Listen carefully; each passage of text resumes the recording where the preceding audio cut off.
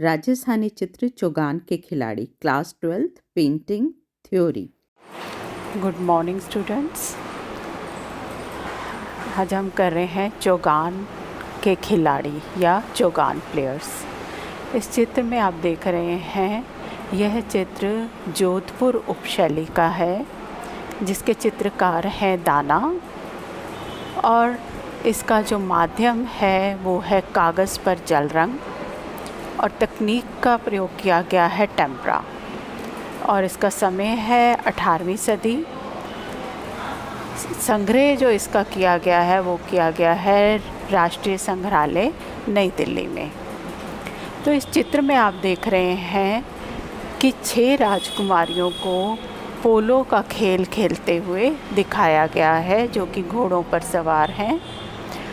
चित्र के ऊपरी भाग में 2 घोड़े हैं जो कि आमने सामने एक दूसरे के दौड़ते आ रहे हैं, और राजकुमारियों के जो मुख हैं वो भी आमने सामने हैं। जबकि आप देख रहे हैं कि नीचे वाले भाग में ये जो 2 घोड़े हैं वो दाईं तरफ और 2 घोड़े जो हैं बाईं तरफ, यानी कि एक दूसरे की उल्टी दिशाओं की ओर गतिमान हैं। लेकिन उनके ऊपर बैठी हुई जो राजकुमारियां हैं उनके मुख जो हैं आमने सामने हैं। वो जैसे ऊपर राजकुमारियों के मुख आमने सामने हैं, वैसे ही इनके मुख भी आमने सामने हैं। और ये जो है 6 छड़ियों के द्वारा, उनके हाथ में छड़ियाँ पकड़ी हुई हैं और एक लाल रंग की गेंद को वो नियंत्रण में कर रही हैं। सभी घोड़े जो हैं वो सजे हुए हैं और गतिमान हैं। आप देख रहे हैं किस तरह से इनकी जो पूंछ भी उड़ती हुई दिखाई गई है, राजकुमारियों की जो चुनरी हैं वो भी उड़ती हुई दिखाई गई है। तो कितनी लय दिखाई गई है, गति दिखाई गई है इस चित्र में। अब इस चित्र में आप देख रहे हैं कि जो राजकुमारियां बैठी हैं वो विभिन्न रंगों की पोशाकों में उन्होंने धारण की हुई हैं पोशाकें, और आभूषण पहने हुए हैं। साथ ही उनके जो सिर हैं वो भी एक विशेष प्रकार के अलंकरणों से ढके हुए हैं।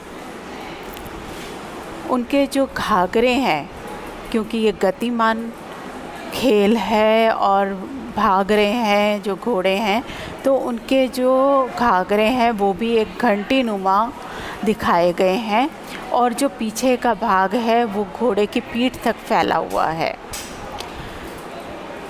और उन्होंने जो है हल्के पीले, आसमानी, गहरे भूरे रंग के जो है घोड़ों पर ये सवार हैं। इनके जो माथे हैं, चेहरे हैं, उनके माथे गोलाई लिए हुए हैं।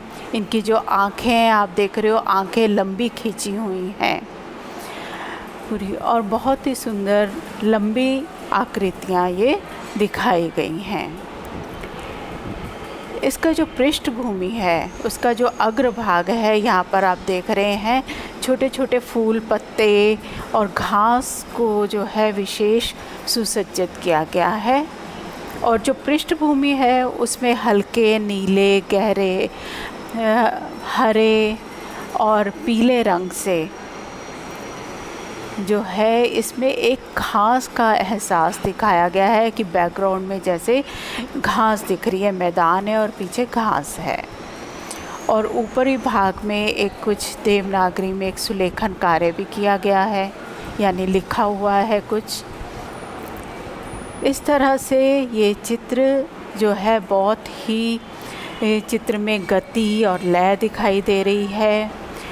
पृष्ठभूमि जो है हल्के हरे रंग की पृष्ठभूमि के ऊपर ये जो चटक रंग की आकृतियाँ दिखाई गई हैं वो एक बहुत ही सौम्यपूर्ण विरोधाभास को दिखा रही हैं, विरोधाभास दिखाती हैं। तो इस तरह से ये जो चित्र है बहुत ही लयपूर्ण चित्र दिखाया गया है।